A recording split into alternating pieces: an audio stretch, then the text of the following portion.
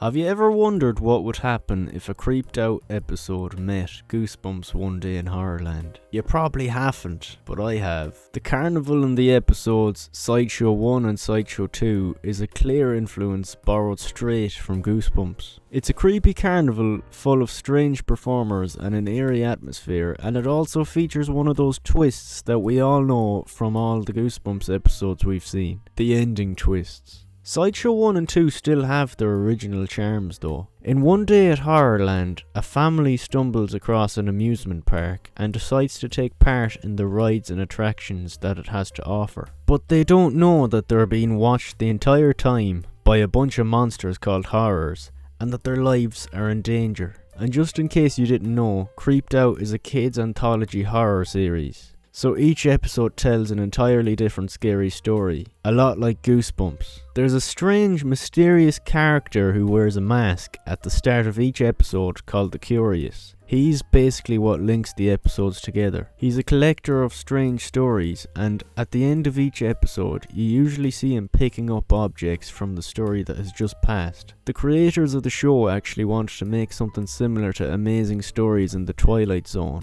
but for a modern audience. But I think they forgot to mention the Goosebumps influence it has. Anyways, this is Stop the Lights. Make sure you switch off your lights, because we're about to get into some nightmare fuel right here. I won't be spoiling anything about the episode yet.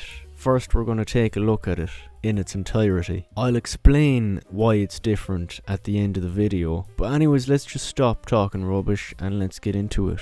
The episode starts with the Curious, the mysterious figure who appears at the start of every episode, as I already mentioned. He drops a jar of gumballs or something, marbles maybe, I don't know.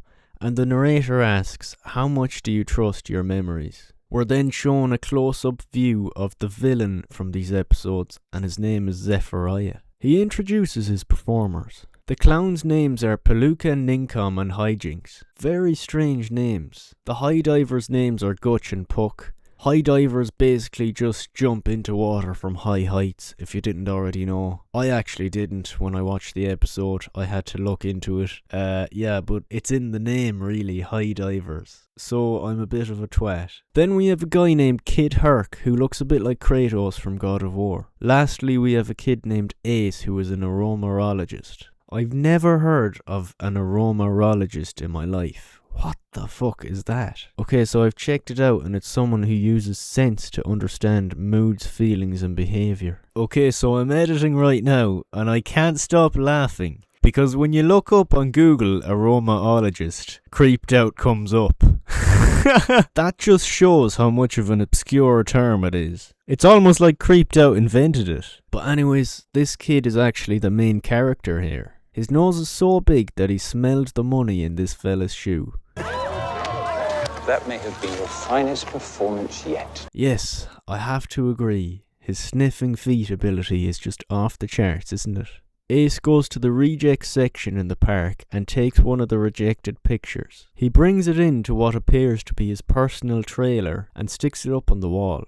Get moving, buddy. Boss wants to talk to us. And you knows who's in charge, right, boys? Whoa there, lads. These guys are using the same jokes as me, except in a hostile manner. The group gathers together on a late night call-up, and Zephaniah announces a new castaway that will be joining the group. Her name is Indigo. Ace has a nightmare and wakes up, looking through his journal of hand-drawn pictures containing his family, which I assume he has gathered from his dreams and taken down based off those dreams. Until he hears Indigo's plea for help coming from the Hall of Mirrors. They pulled that straight from the Goosebumps episode One Day at Horrorland. Straight from it. Welcome to the House of Mirrors. Please enter. The mirror maze there is called the House of Mirrors. Okay, it might not be exactly identical, but it's still pretty identical. If you've seen that one, do you notice any correlation here? Help! Help! Somebody please help me! Somebody please help me! Because I can tell you I do. Ace shows Indigo that there's nothing to be afraid of and escorts her out.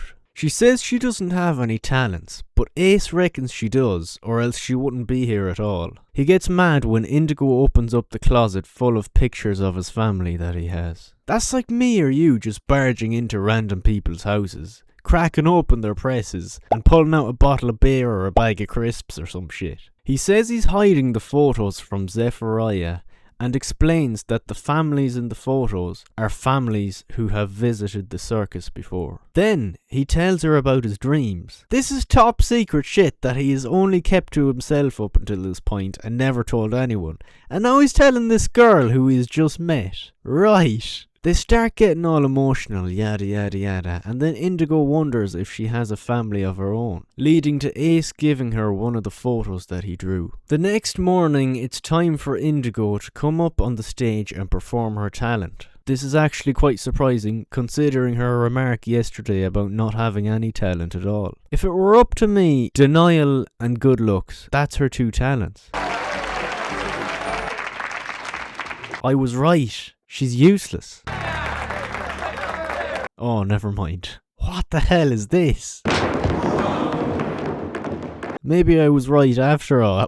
Man, anybody could do that, as long as the ring is heavy enough. I could do that myself. Okay, maybe not that. The performers gather outside and Ace confronts Gutch and Puck, asking particularly Puck many personal questions in the hopes that she will not remember the answers to them. Ultimately, they just dismiss it and decide not to worry about the past. Zechariah just says that this is their family now and then urges them all to go to sleep. And on her way to do the same thing, Indigo is approached by Zechariah and he takes a look at the drawing that Ace gave her. He doesn't have much to say, except, I see you've been making new friends. Good night. We cut over to Ace drawing, and Kid Herc notices that his drawing resembles something. He points out the window to what it is. It's a water tower. He says he knows this is where he's from. How long has he been living in this carnival? Surely he would have seen that water tower by now if it's literally just outside. You can see it from the carnival. And he lives there. Unless it just magically appeared there on this one day. He goes home and discovers Zechariah reading through all his things. Ace lashes out on him and accuses him of taking him from his original family. Zechariah attempts to debunk this. You came to me. To no avail. Ace just calls him a liar. Liar! Zechariah surprisingly promises that he will take Ace to the water tower in the morning. This should be good. I can't wait for the change of pace. The story might just change into an adventure and it might steer away from the blatant Goosebumps influence. I have to say that the only thing different here than Goosebumps One Day at Horrorland is that there aren't any scary monsters. And the horror comes from the kids possibly getting kidnapped. Even though you could say that the horrors or monsters in that episode were trying to trap people. In that case it was the Morris family, but they were doing it to have them as entertainment on their monster TV show. I'll stop you there. I can see that you're not subscribed. Why is that? Before we get into part 2, make sure you subscribe. Are your fingers not working or something? Thanks very much. Moving on to part 2 of the episode, Ace says goodbye to all the other performers in the carnival before heading off to the water tower where he believes that his family are from. They drive around to find where Ace belongs, and Ace recognises one of the houses from his drawings. He gets out of the car, goes into the garden and... Mom? Dad! I think it's a little bit too soon now to be claiming parents without any prior conversation, buddy. But you do you. Forgive his confusion. He's a foundling. Bullshit. I bet Zechariah wiped their memories or something. Ace goes back to the carnival in disbelief, ripping down some of his posters from the wall. I think it's way too early for that. Ace hasn't even gathered nearly enough evidence of his parents existing to believe it was just all for nothing. He literally went to one house, like. Indigo comes in and tells him not to give up, insisting that his memories were real. Of course it doesn't work. She says you just need to know where to look and leaves the trailer. You just need to know where to look. Great, she's gonna look inside Zechariah's trailer now. The next day, Indigo is supposed to be performing, but instead she breaks into Zechariah's trailer. Just as I suspected. Looking for this? Bloody hell. The first jump scare of the entire 2 episodes. Zechariah says that this eyeball looking thing here is the most precious of his artifacts, and that it's It's the very reason why none of your memories are real. There we go. He just admitted it all. She's only been here for a few days. She's the newest member of the team. And she already knows the truth. Who knows how long Ace has been living here? He shows Indigo another eyeball looking thing and... he's just taken away her ability to speak, the bastard. He then says that he's going to use her as the example to the group. Basically as to why they should all keep their mouths shut. Like hers is right now. Indigo hands Ace a drawing and then, by Zephaniah's order, steps out of the boundary line and turns into a cucumber with spider webs wrapped around it or something. I've no clue what the hell that is, to be honest. Zephaniah steps over the line to pick it up, but it has no effect on him. If I were Ace when he was allowed to go out searching for his family, I would have taken the chance to escape while I could. He hangs the cucumber up on the front porch of his trailer, and there are many more along with it. Apparently he's done this before. Now we really see how much of a sick, twisted individual he is, and what he'll do to warn people what might happen to them if they disobey. Ace takes a look at the drawing given to him from Indigo and shows the rest of the group. Indigo wanted us to destroy it? And apparently Indigo told them to destroy this eye, but the rest of the group just turned a blind eye to this.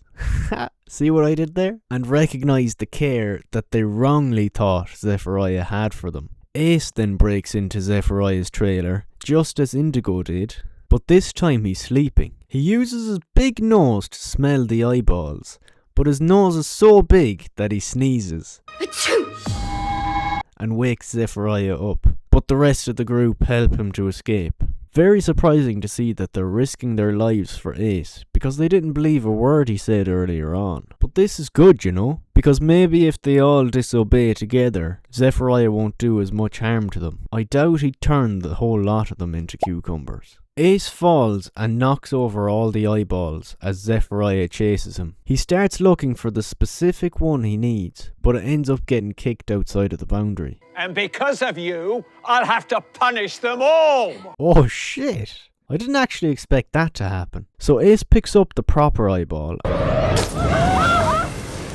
and manages to get rid of the boundary surrounding them. He grabs the one he needs to destroy and throws it to Kid Herc. He crushes it. What the hell? Gutch and Puck turn into penguins. Kid Herc turns into a bear. Oh, so original. He's a big tough guy, so the animal equivalent had to be tough, didn't it? And the clowns, Palooka, Nincom and Hijinks, turn into baboons. In all seriousness though, this is a massive twist. Even if it's strange and completely unexpected in a weird way, the baboons pick up Zephaniah. Where are you taking me? Now powerless and with no control, and run off with them into the woods. Who knows what they're planning on doing with them? And just somehow, Ace has conveniently managed to not transform into an animal yet. But the cucumber actually transforms back into Indigo, and then into a hummingbird. Well, at least it's a hummingbird, like. At least she has some life in her, rather than just rotting away hung up on a porch for the rest of her life. But why did the other cucumbers not transform? Strange. The next day, Ace returns to his supposed family house, uses a spell, and apparently he's the family dog. Good boy, Ace. Well, that's not so bad. I wouldn't mind being a dog myself, apart from the short lifespan, of course. At the very end, Curious finds the special eyeball from the episode that just passed, and suggests that we all were once animals. That's not actually the first time I've heard something like that. My family used to hypothesize whether our dog used to be human or not, because he was so smart. But anyways, that's the end of this episode. I think it borrowed a lot from Goosebumps. First of all, its entire setting is a carnival, just like One Day at Horrorland. And second of all, that ending where the boy turned into a dog. Particularly One Day at Horrorland though. In the episode My Hairiest Adventure from Goosebumps, Larry turns into a dog. He's the kid. Both that and Sideshow centre on creepy amusement parks. I guess you could also compare Zephyriah to the monster TV presenter from Goosebumps though. Both the monster TV presenter and Zephyriah manipulate and use people for their own twisted form of entertainment.